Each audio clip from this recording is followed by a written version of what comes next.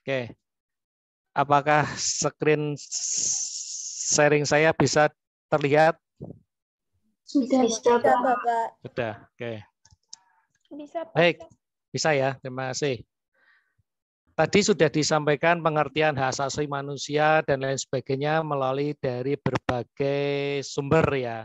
Artinya dari pengertian-pengertian tersebut, bagaimana sih konsepsi hubungan demokrasi dan hak asasi manusia?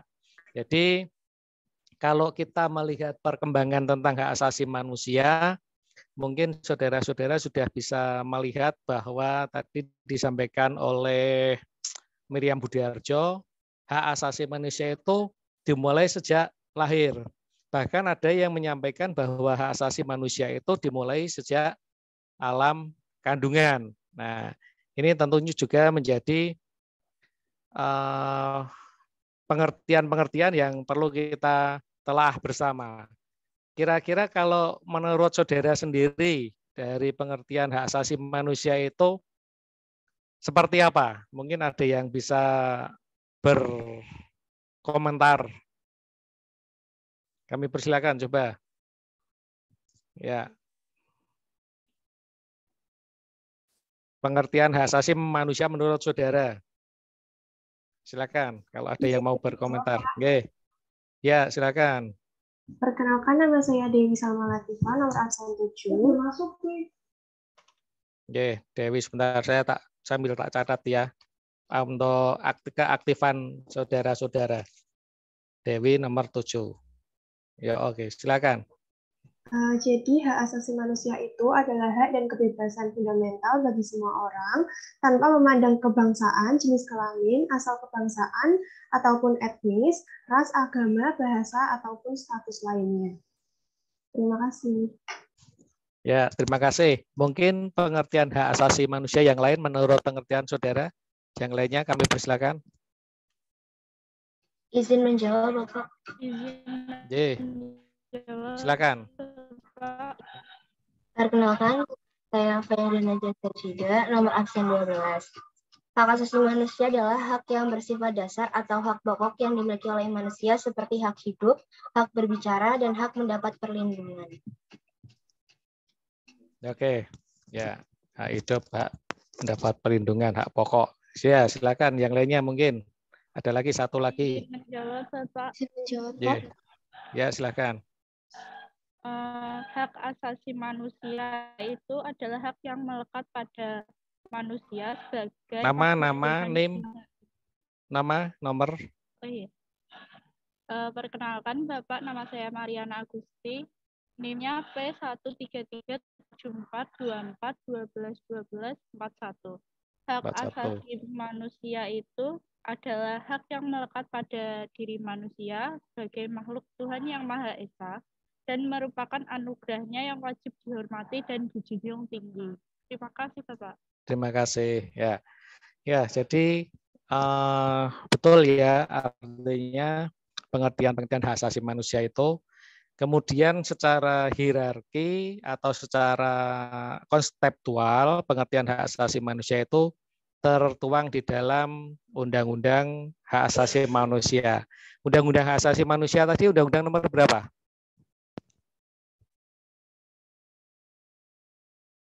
39 tahun ya. 1999. Oke, Undang-Undang nomor 39 tahun 99. Kalau yang peradilan hak asasi manusia?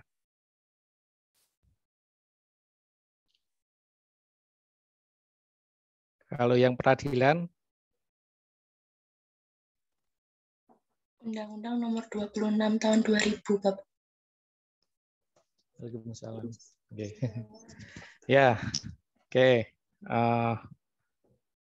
Ini pengertian Undang-Undang nomor 39 tahun 99 tentang hak asasi manusia, ya.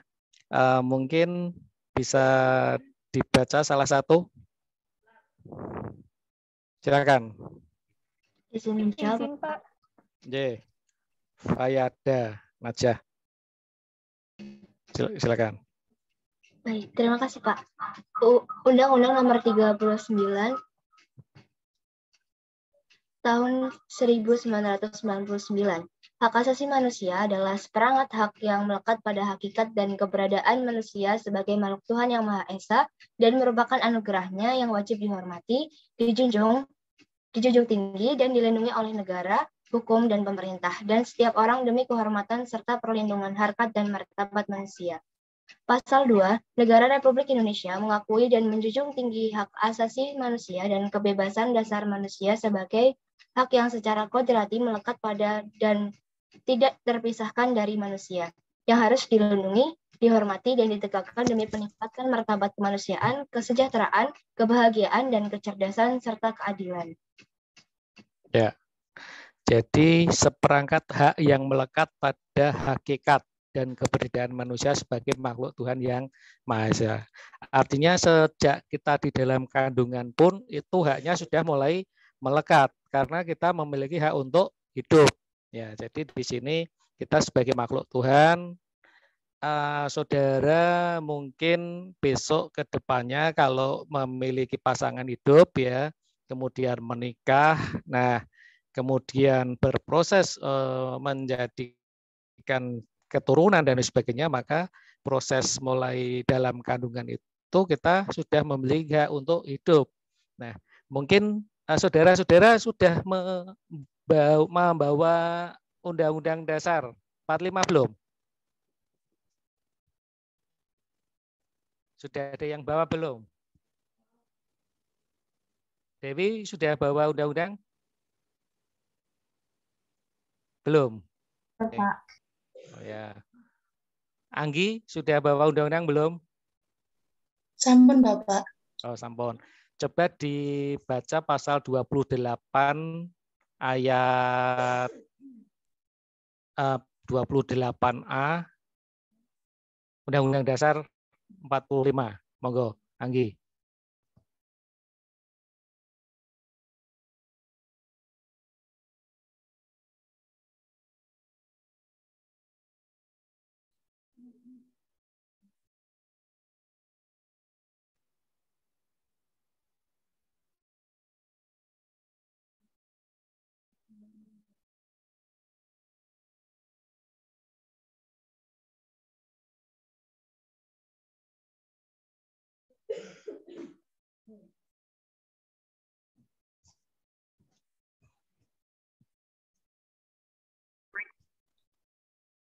Maaf, Bapak, keluar Ya. tadi.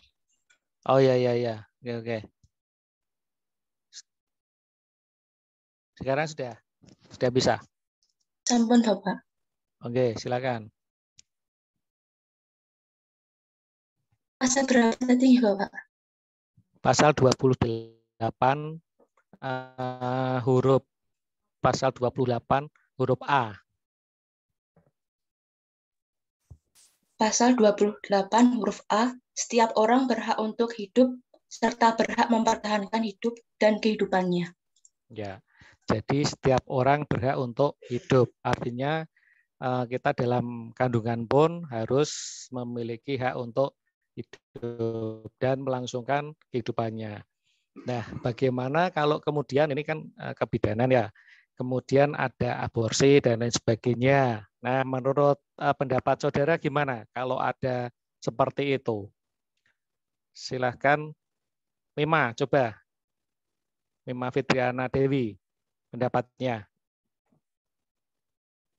dari dunia medis terkait dengan hak asasi manusia, hak untuk hidup, kemudian ada yang mencoba untuk aborsi atau menggugurkan kandungan. Menurut Mima Fitriana Dewi bagaimana ini?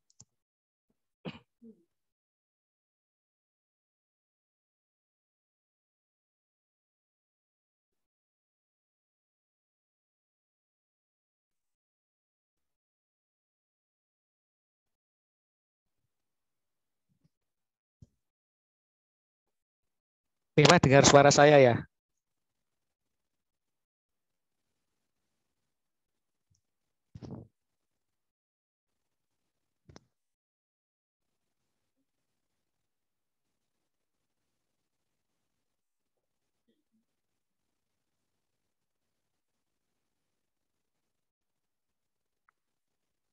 Kalau memang mungkin masih berpikir, coba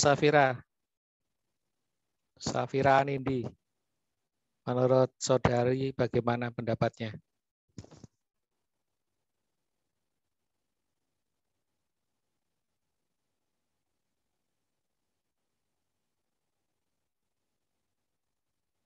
Silakan, Safira. Menurut saya, aborsi itu boleh dilakukan hanya untuk alasan medis dan untuk kepentingan saja, Bapak. Oke, ya. Mungkin ada pendapat yang lain, kami persilakan. Sebutkan NIM, nama-nama, ya, nomor absen sama nama. Izin masuk, Pak. Izin menjawab, izin memberikan pendapat. Perkenalkan, nama saya Elhen Putri Syaika, nomor absen 2, NIM P13374241211202.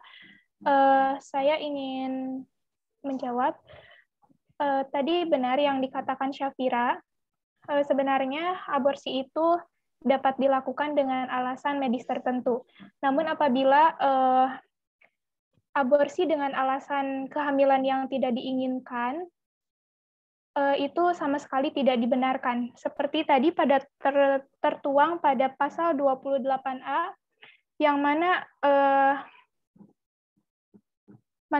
setiap manusia itu diberikan hak untuk melangsungkan hidup dan kehidupannya. Jelas hal ini sangat-sangat melanggar pasal tersebut, Pak. Dan juga kami sebagai bidan itu tidak memiliki wewenang sama sekali untuk melakukan aborsi. Jadi kesimpulannya, tindakan aborsi itu sama sekali tidak dibenarkan apabila dengan alasan kehamilan yang tidak diinginkan. Mungkin dari saya seperti itu, Pak. Terima kasih. Ya, terima kasih. Bagus sekali jawaban dari Saudari Ellen ini. Mungkin satu lagi ada yang ingin menambahkan?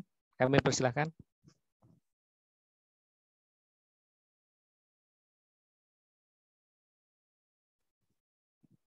Oke, kalau tidak, jadi manusia itu diciptakan Tuhan dengan seperangkat hak yang menjamin derajatnya sebagai manusia. Sehingga dalam interaksi sosial itu manusia memiliki prinsip persamaan dan kesederajatan. Sehingga sesama manusia itu memiliki kedudukan dan hak-hak yang sama, tidak ada yang berbeda-beda. Nah, dengan adanya kesederajatan hak ini, hak hidup, hak untuk memperoleh pekerjaan, hak untuk memperoleh pendidikan, semua kan sama hak kedudukannya di dalam hukum. Ini semua sederajat. Sehingga saudara-saudara nantinya dalam hidup bermasyarakat itu juga harus melihat ya tentang hak-hak orang lain yang harus dihormati. Jadi kita tidak bisa memaksakan kehendak sendiri tanpa memperhatikan hak-hak asasi orang lain. Nah, manusia sebagai makhluk individu itu juga sebagai makhluk sosial. Artinya kita selaku individu juga kita selaku makhluk masyarakat yang harus berinteraksi dengan orang lain.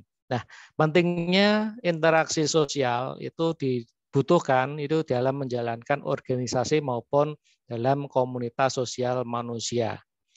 Kekuasaan itu dapat diperoleh berdasarkan adanya legitimasi, baik itu legitimasi religius, kalau kita melihat tokoh-tokoh agama dan sebagainya, itu dia terpilih atau dipilih karena faktor pemimpin keagamaan. Jadi misalnya ada pendeta, pastor, kemudian ada ustadz dan lain sebagainya, itu biasanya di dalam masyarakat dipilih selaku pemimpin itu kaitannya dengan keagamaan yang mereka pilih. Kemudian ada ideologis eliter, yaitu tokoh-tokoh yang dalam hal ini para pemimpin-pemimpin elit, ya elit-elit kekuasaan dan sebagainya, dan legitimasi pragmatis, ya berdasarkan kesamaan, kesederajatan, ya.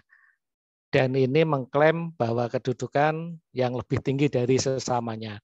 Sehingga kekuasaan dari tiga legitimasi tersebut menjadi kekuasaan yang absolut. Nah, bagaimana kita kemudian menjalankan tentang hak asasi manusia. Di dalam pelaksanaan hak asasi manusia, kita bisa melihat dari naskah dasar hak asasi abad ke-12 sampai dengan ke-17. Di Inggris ya dengan adanya Magna Carta itu naskah yang berisi beberapa hak yang diberikan oleh Raja John kepada beberapa bangsawan bawahan atas tuntutan mereka yang sekaligus membatasi kekuasaan raja. Jadi pada saat itu kekuasaan Raja John selaku raja di Inggris kekuasaannya tidak ada batasnya, ya tidak tak terbatas. Sehingga di situ kemudian muncul adanya permintaan, misalnya adanya hari libur bagi para pekerja dan sebagainya. Kemudian kekuasaan untuk berpendapat. Nah, ini yang kemudian menjadi awal mula ya hak asasi yang ada di negara-negara di dunia. Kemudian Bill of Rights, yaitu undang-undang yang diterima oleh Parlemen Inggris sesudah berhasil dalam tahun sebelumnya mengadakan perlawanan terhadap Raja James II. Nah, dalam revolusi tak berdarah di tahun 1688. Nah, ini undang-undang ini juga mengatur tentang hak asasi manusia. Nah, pernyataan hak asasi manusia dan warga negara yang di Prancis pada tahun 1789 itu mencetuskan tentang revolusi Prancis, yaitu suatu naskah yang ditetuskan tentang revolusi Prancis yang isinya juga menyangkut tentang kebebasan berpendapat, ya kebebasan melaksanakan kegiatan-kegiatan tanpa adanya diskriminasi.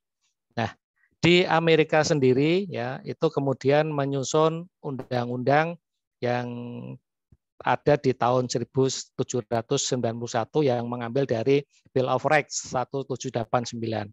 Nah, rumusan hak asasi manusia di abad ke-12 sampai dengan 17 itu lebih dominan pada aspek politik.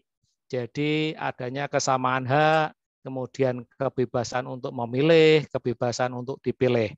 Itu yang terjadi di abad-abad sebelum abad ke-20. Nah, di abad 20 itu tidak hanya dalam hal-hal politik saja, ya karena mereka menganggap itu masih belum sempurna. Kemudian seiring munculnya peristiwa Perang Dunia Kedua, itu mulai adanya agresi Nazi Jerman yang menginjak hak asasi manusia, di mana pada saat itu Nazi Jerman sangat keras sekali di dalam melanggar hak asasi manusia. Kemudian dengan perang dunia tersebut menginginkan bangsa-bangsa di dunia untuk mencoba membuat suatu kebijakan. Nah, kemudian Presiden Amerika Serikat Franklin D. Roosevelt itu merumuskan tentang hak yang kemudian terkenal dengan the four freedoms, artinya ada 4 kebebasan. Nah, the four freedoms ini kebebasan yang dilakukan oleh Presiden Amerika Serikat Franklin D. Roosevelt itu contohnya apa saja ini? 4 kebebasan ini. Bebas apa saja?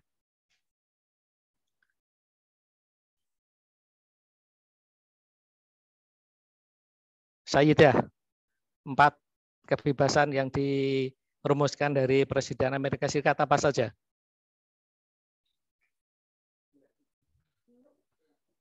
Sayyidah Berti, coba. Silakan.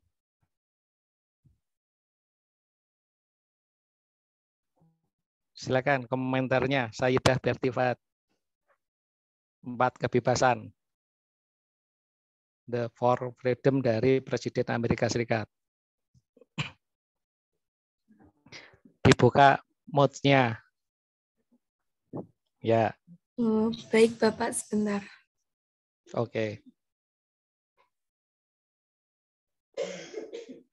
Materinya sudah pada di-upload belum? Ada yang belum? Materinya sudah saya upload di Healthy ya. Untuk yang bab kemarin sama bab ini.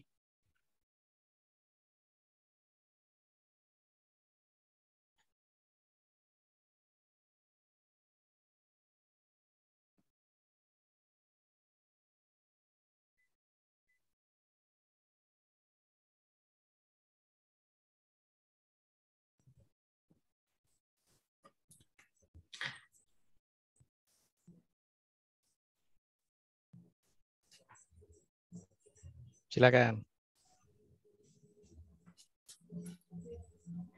The four freedom yaitu 1. Kebebasan untuk berbicara dan menyampaikan pendapat, freedom of speech.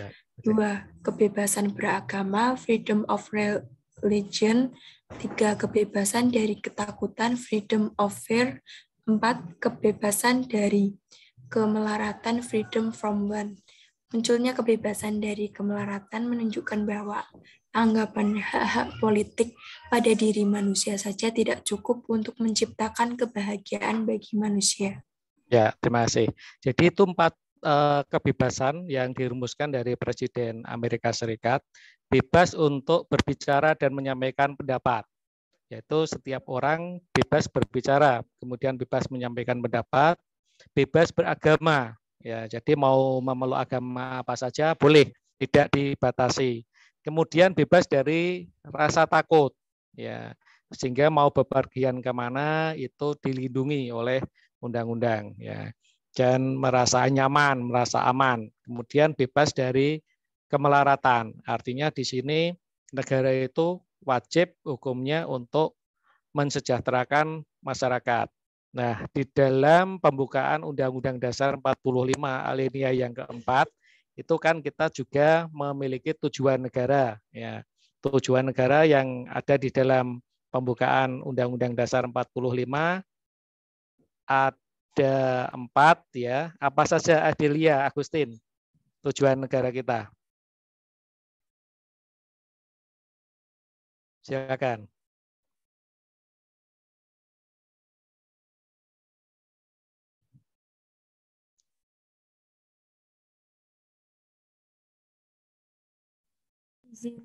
Masuk ya, silakan.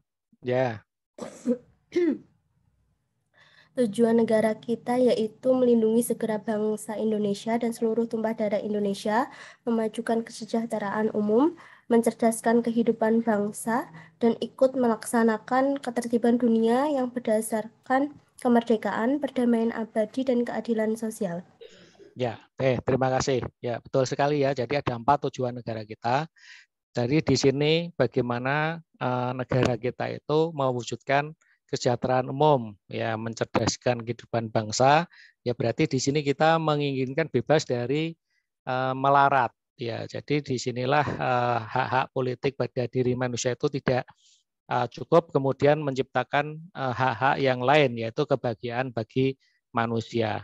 Sehingga di sini kebutuhan sandang, pangan, dan perumahan pada saat sebelum abad 20 itu belum tercukupi. Nah, tetapi setelah adanya kebebasan yang disampaikan oleh Presiden Amerika Serikat itu, maka ini juga harus mencakup bidang ekonomi, sosial, budaya, dan lain sebagainya.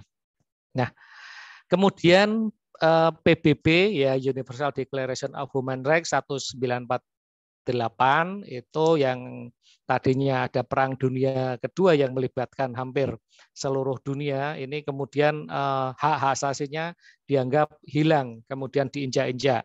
Makanya di sini kemudian PBB merumuskan beberapa hak-hak ekonomi dan sosial di samping hak politik.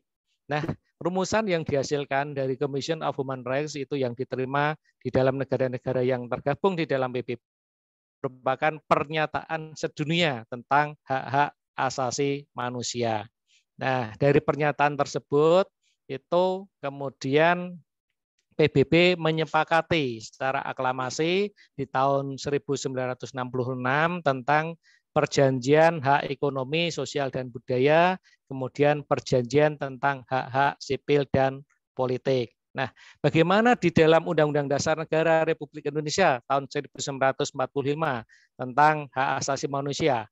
Nah, di dalam pelaksanaan hak asasi manusia di Undang-Undang Dasar Negara Republik Indonesia tahun 1945 ini pada prinsipnya itu belum secara tegas ya menjamin tentang hak asasi manusia. Karena apa? Ya, karena awal mula pada penyusunan rancangan naskah Undang-Undang Dasar 45 oleh BPUPKI itu tidak memuat sama sekali ketentuan mengenai hak asasi manusia. Nah, apa yang menjadi penyebabnya? adalah para penyusun Undang-Undang Dasar 45 itu sependapat bahwa terkait dengan hak asasi manusia itu merupakan hak yang sudah menjadi kebiasaan sehingga tidak perlu ditulis atau ditulis dalam undang-undang. Jadi di sini mereka menganggap bahwa asas-asas kekeluargaan dan lain sebagainya itu merupakan asas yang sudah otomatis menentang tentang paham-paham liberalis dan individualis, sehingga di sini tidak perlu dimasukkan. Nah, dalam asas kekeluargaan itu tidak ada dikotomi antara negara dan individu warga negara. Jadi tidak boleh ada konflik antar keduanya, sehingga tidak diperlukan jaminan mengenai hak-hak dan kebebasan fundamental warga negara terhadap negara. Itu kenapa awal mula tentang hak asasi manusia itu tidak dimasukkan di dalam rancangan Undang-Undang Dasar 45. Nah, landasan filosofis yang digunakan dalam menyusun Undang-Undang Dasar 45 sendiri sama sekali ini tidak membutuhkan adanya jaminan hak asasi manusia dan jaminan kebebasan individu. Nah, maka dalam rangka untuk mencegah jangan sampai timbul negara kekuasaan atau mixed state, perlu dimasukkan pasal-pasal tertentu yang ada tentang hak asasi manusia di dalam Undang-Undang Dasar 45.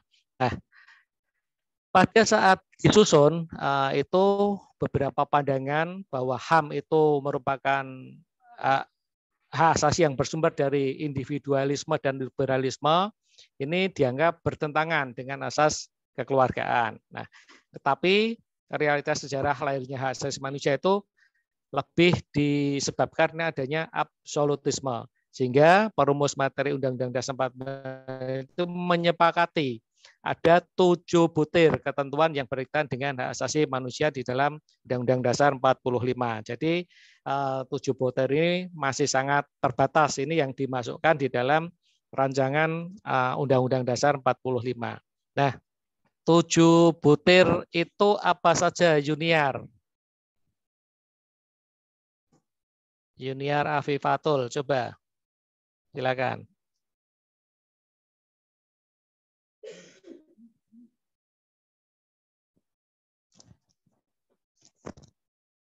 Tujuh butir ketentuan yang berkaitan dengan hak asasi manusia di dalam Undang-Undang Dasar 45. Yuniar Afifatul. Nomor absen 19.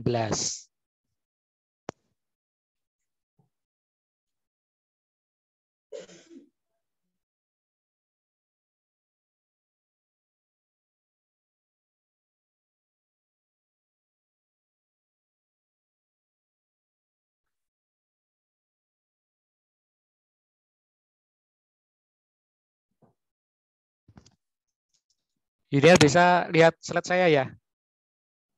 Bisa Bapak, sebentar. Ya, oke.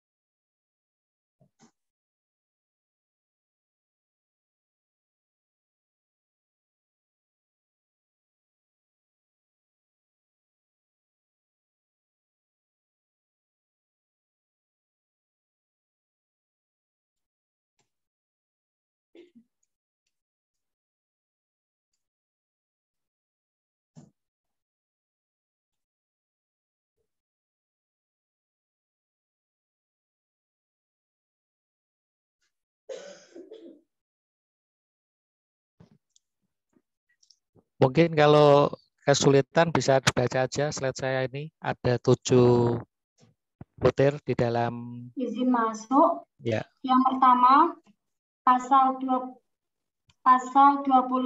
ayat 1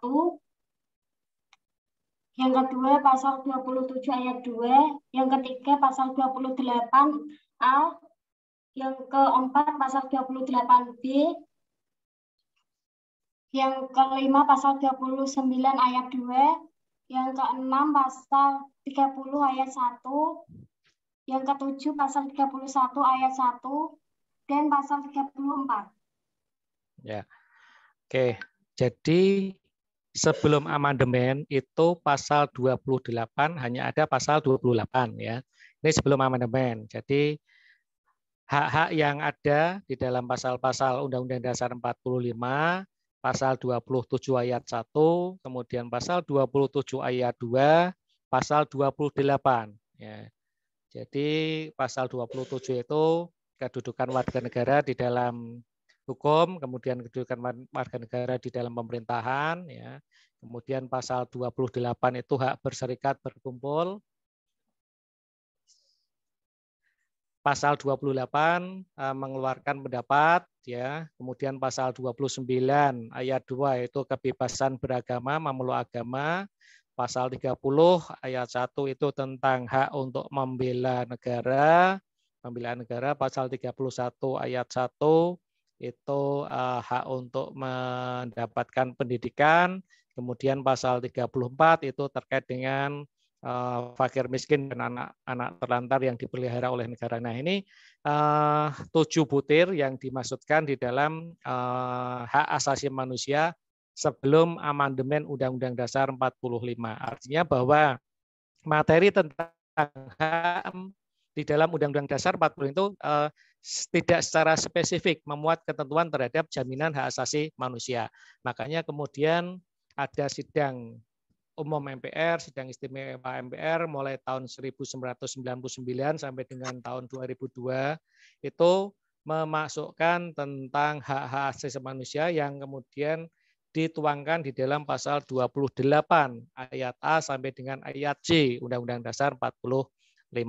Nah, kemudian ada materi di dalam Undang-Undang Dasar 45 setelah amandemen itu merupakan salah satu prioritas yang perlu dimasukkan di dalam pasal-pasal Undang-Undang Dasar 45. Nah, ini secara utuh tercantum di dalam bab 10A. Jadi di sini ada 37 butir ketentuan tentang hak asasi manusia yang kalau diklasifikasikan menjadi 4 kelompok, yaitu kelompok yang menyangkut tentang hak-hak sipil, kemudian kelompok tentang hak-hak politik, ekonomi, sosial, dan budaya, kemudian kelompok hak-hak khusus dan hak atas pembangunan, kemudian kelompok yang mengatur tentang tanggung jawab negara dan kewajiban asasi manusia.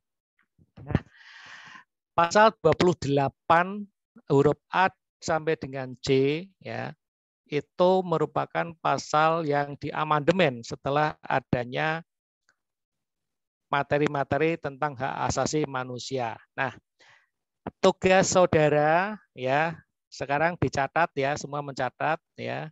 Tugas saudara adalah mengelompokkan 37 butir ketentuan tentang hak asasi manusia itu di dalam 4 kelompok tersebut. Nanti dijawab hanya pasal-pasalnya saja, tidak perlu dengan ketentuannya. Misalnya pasal 28A itu masuk kelompok 1 atau hak-hak sipil. Kemudian pasal 28J masuk kelompok 4. Nah, gitu aja. Ya, jadi 37 butir itu dimasukkan di dalam 4 kelompok pasal-pasalnya. Ya, itu ditulis kemudian dikirim melalui Google Classroom. Ya, nanti saya masukkan di dalam tugas ya, tugas Google Classroom. Nah, itu nanti saudara-saudara bisa menyampaikan jawabannya di situ. Ya, jadi ada 4 kelompok tersebut. Ya, paham ya? Ada yang ditanyakan? Kami persilakan.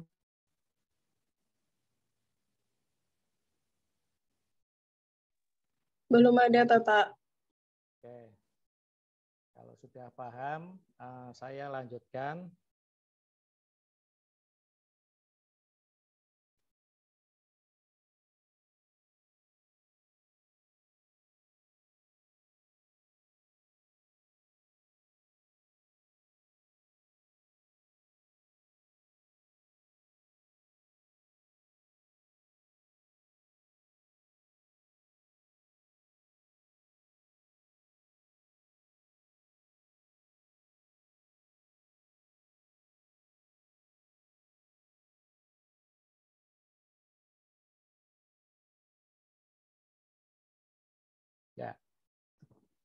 tugas sudah saya tulis di Google Classroom.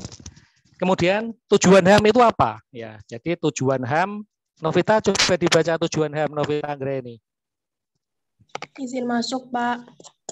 Tujuan HAM, tujuan pelaksanaan hak asasi manusia adalah untuk mempertahankan hak-hak warga negara dari tindakan sewenang-wenang negara dan atau aparat negara, dan mendorong tumbuh serta berkembangnya pribadi manusia yang multidimensional. Multidimensional. Ya. Jadi tujuan pelaksanaan hak asasi manusia itu mempertahankan hak-hak warga negara dari tindakan sewenang-wenang negara. Nah, salah satu hak saudara itu apa saja? Dian coba, hak saudara apa, Dian?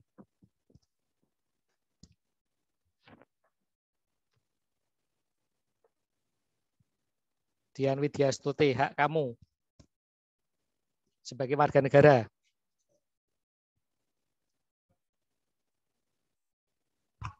Izin masuk, contohnya bebas untuk memilih agama, Pak. Ya, oke. Hak untuk memilih agama atau keyakinan. Ya. Jadi tujuan dari adanya hak asasi manusia itu di dalam pasal 29 ayat 2 Undang-Undang Dasar 45, salah satunya adalah negara memberikan kebebasan untuk warga negara memilih agama dan menganut agama serta kepercayaan masing-masing ya sesuai dengan keyakinan masing-masing, dan di dalam melaksanakan ibadah juga tidak diganggu terhadap keyakinan yang dilaksanakan. Nah, tadi sudah disebutkan tentang pengertian hak asasi manusia, ya itu ada di dalam Undang-Undang Nomor 39 Tahun 1999. Ini biasanya di dalam UTS juga sering saya munculkan ya.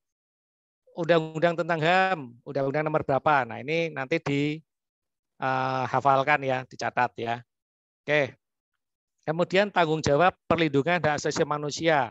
Jadi ini bisa saudara baca ya, slide-nya nanti tentang tanggung jawab ya perlindungan hak asasi manusia. Nah, pelanggaran HAM. Apa itu pelanggaran HAM? Ya, pelanggaran HAM Ida Rizka Safira, coba dibaca ini. Pelanggaran hak asasi manusia adalah ya. Pelanggaran hak asasi manusia adalah setiap perbuatan seseorang atau sekelompok orang termasuk aparat negara baik disengaja maupun tidak disengaja atau kelalaian yang secara melawan hukum, mengurangi, menghalangi, membatasi dan atau mencabut hak asasi manusia seseorang atau kelompok orang yang dijamin oleh undang-undang ini dan tidak mendapatkan atau dikhawatirkan tidak akan memperoleh penyelesaian hukum yang adil dan benar berdasarkan mekanisme hukum yang berlaku. Ya. Jadi setiap perbuatan seseorang atau kelompok orang termasuk aparat negara, ya baik itu sengaja maupun tidak sengaja atau kelalaian yang secara melawan hukum mengurangi, menghalangi, membatasi, dan atau mencabut hak asasi manusia seseorang atau kelompok orang yang dijamin oleh undang-undang. Jadi di sini saudara pernah melihat, membaca, mendengar tentang kasus Wadas. Ada yang sudah pernah mendengar kasus itu? Kasus Wadas. Belum? Belum. Belum. Ada yang sudah pernah membaca, mendengar? Kasus Wadas yang itu di mana Purwokerto itu kan tanahnya mau dijadikan sebagai apa ya, tanah galian yang di situ nanti akan diambil manfaatnya, kemudian akan digunakan juga untuk waduk bener ya Purworejo. Ada yang sudah pernah mendengar itu? Baru-baru saja ini yang masih hangat. Belum. Oke. Nah, ada yang sudah? Siapa yang sudah? Saya, Pak. Menurut kamu terhadap kasus tersebut itu ada pelanggaran HAM-nya tidak? menurut saya ada pelanggaran HAM-nya, Pak. Itu kan dari awal itu kasus ketika para warga melakukan demo itu kan polisinya melakukan penangkapan tanpa ada keterangan yang jelas. Kalau dilihat dari segi masyarakatnya, opini warganya di sana itu kan mereka mempertahankan tanah mereka ya Pak, agar tidak dilakukan itu penggalian. Kan itu tanah produktif juga, dan itu merupakan hak mereka, tapi dari pemerintah itu kan pengennya itu melakukan penggalian di situ. Dan juga dari pelanggaran itu ya karena penangkapan itu terus ya menurut saya agak terlalu memaksa juga untuk mereka supaya melepaskan tanahnya. Padahal kalau dilihat, kalau saya lihat berita itu kan para ahli itu ada yang bilang lebih baik ambil di bukit apa itu yang satu kabupaten juga, batu-batu yang di situ kan maksudnya udah ada tinggal angkut gitu daripada harus melakukan penggalian di Desa Wadas itu Pak. Ya, oke. Masih Amriatul rumahnya mana? Rumahnya Batang, Pak. Oh, Batang. Oh, tetapi update ya berita-berita terbaru ya. Ya, mahasiswa harus seperti itu ya. Harus melihat perkembangan zaman. Jadi kita tidak tertinggal, apalagi isu-isu terhadap pelanggaran hak asasi manusia, kemudian isu-isu yang lainnya. Nah, itu minimal kita nanti tidak termakan isu dan menyebarkan informasi yang hoax ya. Jadi mahasiswa itu jangan langsung share ya sebelum sharing. Artinya kita harus melihat dulu ya. Jadi apa berita yang kita terima jangan langsung kita sharing kepada yang lainnya atau share kepada yang lainnya tanpa kita sharing terlebih dahulu ya. Bagus sekali kejadiannya seperti itu. Banyak sekali yang menganggap pelanggaran hak asasi manusia di sana. Ya, sehingga Gubernur sendiri akhirnya mungkin turun tangan akhirnya untuk mengatasi persoalan-persoalan yang ada. Karena aparat itu di sini kan termasuk aparat negara, ya baik sengaja maupun tidak sengaja. Artinya dia melakukan perbuatan-perbuatan yang di luar batas kewenangannya. Ini kan kita harusnya humanisme ya. Jadi pemerintah di dalam melaksanakan kegiatan-kegiatan itu mengedepankan asas humanisme. Bagaimana kita bisa diterima di masyarakat dengan baik ya.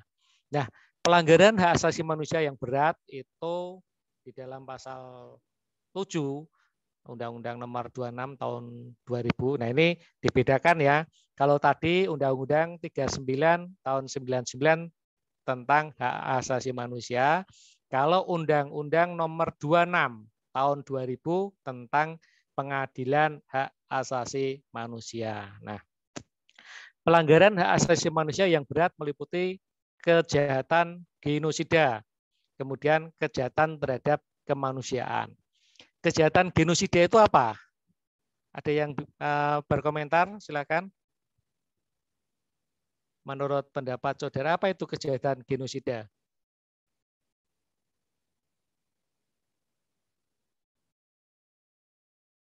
Silakan, kalau ada yang berpendapat, sebutkan nomor urut sama namanya.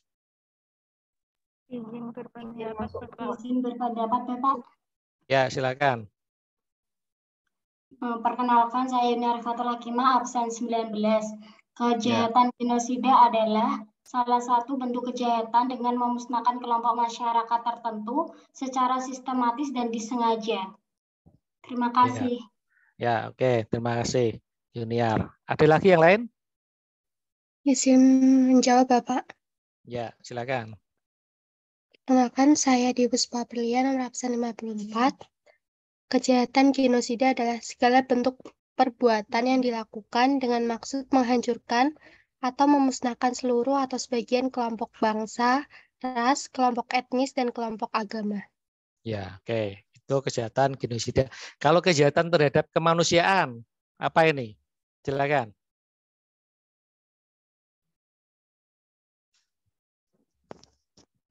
Silakan, kalau ada yang ingin berpendapat, kejahatan terhadap kemanusiaan.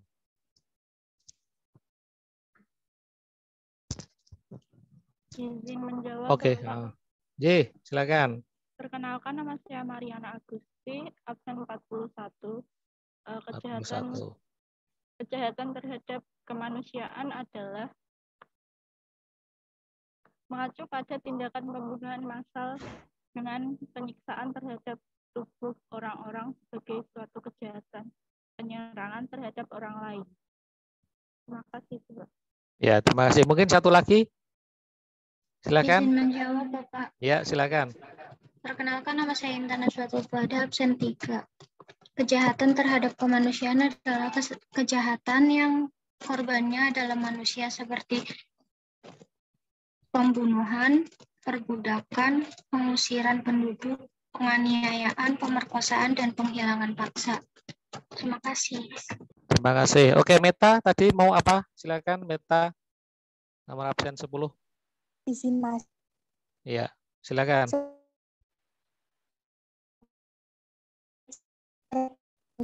Adalah pertanyaan bagian dari serangan yang meluas atau yang diketahui ditujukan secara langsung terhadap penduduk sipil. Terima kasih. Ya, oke, terima kasih. Ya. Jadi tadi ya sudah disebutkan kejahatan genosida itu termasuk perbuatan yang dilakukan dengan maksud untuk menghancurkan atau memusnahkan seluruh atau sebagian kelompok bangsa, ras, kelompok etnis, kelompok agama. Ya, seperti dulu Perang Dunia Kedua, yang dimana Nazi Jerman itu, ya, dia adalah merupakan salah satu negara yang ingin menghancurkan atau memusnahkan beberapa negara, ya, jadi kelompok bangsa. Kemudian dia melakukan perbuatan-perbuatan yang sangat keji. Nah, ini sangat-sangat menjadi pelanggaran HAM yang sangat berat. Nah, itu contohnya seperti itu. Kemudian ada beberapa negara yang menginginkan pemusnahan terhadap beberapa etnis maupun kelompok agama. Di beberapa negara di luar sana, negara-negara Eropa, negara-negara Arab itu kan banyak ya yang ingin menghancurkan ras, etnis maupun kelompok agama. Nah, ini adalah pelanggaran HAM yang cukup berat. Jadi contohnya ini ya, nanti bisa dibaca. Oke. Dari membunuh anggota kelompok, penderitaan fisik, mental, kemudian pemusnahan dan sebagainya, termasuk mencegah kelahiran dalam kelompok. Ya, kalau kita melihat di zaman Fir'aun itu kan mencegah lahirnya bayi laki-laki. Nah, bayi laki-laki yang lahir harus dibunuh ya, karena Fir'aun itu kan di dalam mimpinya akan direbut kekuasaannya. Kemudian dia memilih beberapa ahli nujum untuk menafsirkan mimpinya tersebut. Yang intinya bahwa kedudukan Fir'aun itu akan diganti oleh seorang bayi laki-laki nanti yang dilahirkan di wilayah tersebut. Nah, kita tahu sejarah itu, kemudian bayi laki-laki yang lahir di zaman Fir'aun itu dibunuh. Alhamdulillah pada saat itu yang Nabi Musa ya kemudian dilahirkan, dan karena yang melahirkan itu takut, kemudian bayi Nabi Musa dihanyutkan di dalam sungai, malah ditemukan oleh istri Fir'aun, kemudian dipelihara dan sebagainya, di rumah dan sebagainya. Nah, kemudian tumbuh dan berkembang. Nah, akhirnya Nabi Musa pun yang bisa mencegah ketindakan-tindakan yang dilakukan oleh Fir'aun. Nah, itu cerita tentang kejahatan genosida pada zaman-zaman kenabian. Nah, di kejahatan kemanusiaan itu merupakan perbuatan yang dilakukan sebagai bagian dari serangan yang meluas atau sistematik yang diketuainya bahwa serangan tersebut ditujukan secara langsung terhadap penduduk sipil. Nah, jadi di sini ada beberapa kejahatan kemanusiaan itu ada pembunuhan, ya, kemudian perbudakan, pemindahan penduduk secara paksa. Ini beberapa wilayah di Indonesia ini kemarin saya mendengar berita juga ada beberapa yang di tepi pantai itu harus dipindah secara paksa, tidak diberikan tempat tinggal yang lain. Nah, ini juga bisa mengakibatkan kejahatan kemanusiaan karena itu melanggar hak asasi manusia. Kemudian perampasan kemerdekaan atau perampasan kebebasan fisik yang secara wewenang-wewenang melanggar ketentuan dari hukum internasional, termasuk penyiksaan. Kita lihat beberapa media di Jawa Barat itu kan ada seorang bupati yang kemudian menyiksa karyawannya, ya, dia disiksa dan lain sebagainya, bahkan ada yang meninggal dan sebagainya. Nah, ini termasuk adalah kejahatan kemanusiaan yang ada di wilayah kita. Termasuk perbuatan-perbuatan pemerkosaan dan sebagainya, penganiayaan, menghilangkan orang secara paksa, ini termasuk pelanggaran HAM, di mana di beberapa kejadian 98 itu beberapa anggota LSM, anggota HAM, dan lain sebagainya itu diculik, kemudian dihilang, tidak ada rimbanya, itu termasuk penghilangan orang secara paksa. Kemudian sistem pemisahan ras, nah ini biasanya yang kulit kuning, kemudian kulit hitam, dan lain sebagainya itu dibeda-bedakan. Nah, ini termasuk kejahatan kemanusiaan, harusnya kan kita sama. Di dalam Bhinneka Tunggal Ika, ya itu jelas bahwa kita berbeda-beda tetapi tetap satu. Ya, artinya di sini kita tidak boleh melanggar ketentuan-ketentuan tentang hak asasi manusia.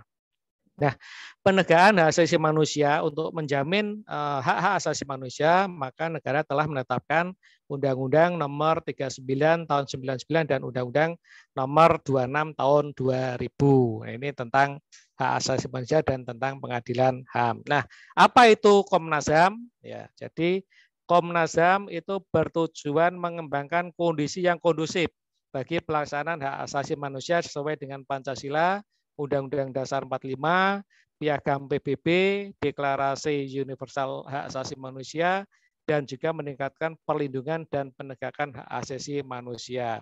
Ini tentang tujuan didirikannya Komisi Nasional Hak Asasi Manusia. Kemudian pengadilan HAM sendiri adalah pengadilan khusus terhadap pelanggaran HAM yang berat. Jadi di sini merupakan pengadilan yang berada di lingkungan peradilan umum. Nah, tugas wewenangnya memeriksa, memutus perkara pelanggaran HAM berat, kemudian berwenang di sini memutus pelanggaran tentang hak asasi manusia yang di luar batas teritorial wilayah negara Indonesia bagi bangsa atau warga negara Indonesia. Artinya dia melakukan pelanggaran HAM berat di negara lain, maka pengadilan HAM di sini bisa memutuskan perkara-perkara tersebut. Baik, saudara-saudara, mungkin sampai di sini ada yang ingin didiskusikan, kami persilakan.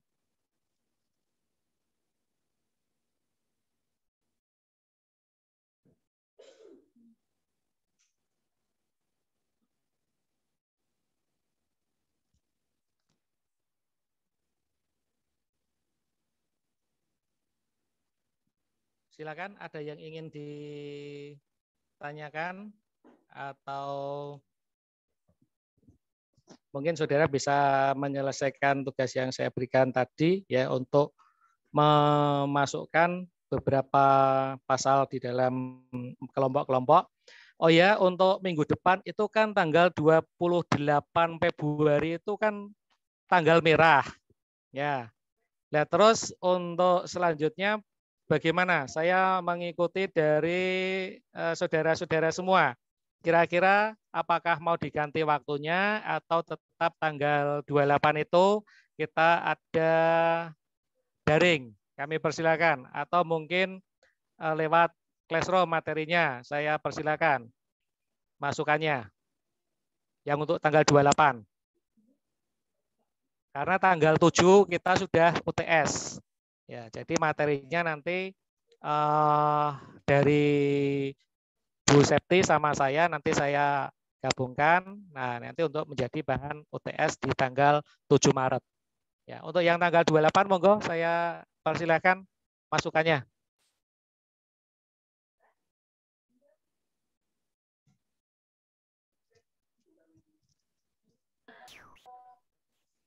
Ya, silakan. Assalamualaikum Pak, izin masuk. Ya, silakan Lisa. Misal harinya tetap gimana Bapak? Oke, berarti harinya tetap ya, jamnya? Jamnya sesuai tidak apa-apa Pak. Oh gitu, ya kalau sepakat seperti itu ya enggak apa-apa. Ya, jadi tetap kita absensinya tidak merubah hari dan tanggal ya. Oke. Sepakat semuanya? Mohon bertanya Bapak, tapi itu Ya. materinya dikirim lewat GCR apa bagaimana ya Pak? Kalau materi tetap nanti saya upload lewat Healthy, nanti juga di GCR saya upload juga kalau yang belum sempat membuka Healthy karena hari libur. Mohon bertanya lagi Bapak. Ye, silakan. Berarti kan hari Senin jamnya tetap, berarti pakai Zoom terus sama dikirim di Healthy gitu ya Pak? Oke, kalau pakai Zoom tanggal itu bisa enggak? Kalau tidak ya nanti saya gunakan Classroom, GCR aja. Oh, baik Bapak. Untuk tugasnya batasnya sampai Minggu tanggal depan berapa ya? nggih Pak? Minggu depan tanggal 28. Ya, jadi Dalam bentuk tugasnya biasa ditulis biasa saja, bentuk Word enggak apa-apa ya. Kemudian dikirim langsung ya di tugas itu. Terima kasih banyak Bapak. Ya, oke.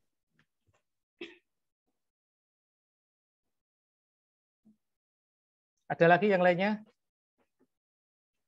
Silakan. Ya mungkin karena 28 itu nanti hari libur, untuk presentasi selanjutnya mungkin kita tidak presentasi, tetapi nanti saya bisa mendapatkan PPT untuk kelompok 4 ya terkait dengan materi yang akan datang. Jadi tentang hak dan kewajiban warga negara. Dibuat PPT-nya, nanti di-upload di GCR, ya, kemudian kita diskusikan bersama. Kalau ada hal-hal yang ingin ditanyakan, ya kita melakukan melalui GCR. Ya, jadi kita tidak menggunakan Zoom meeting ya, karena kondisinya biasanya kalau di tanggal merah, kadang-kadang kampus agak kesulitan untuk memberikan link-nya. Itu. Yeah. Mungkin ada lagi yang ingin ditanyakan, kami persilakan. Atau cukup? Sepertinya cukup, Pak. Ya. Baik, kalau sudah cukup, kita akhiri untuk pertemuan pada siang hari ini.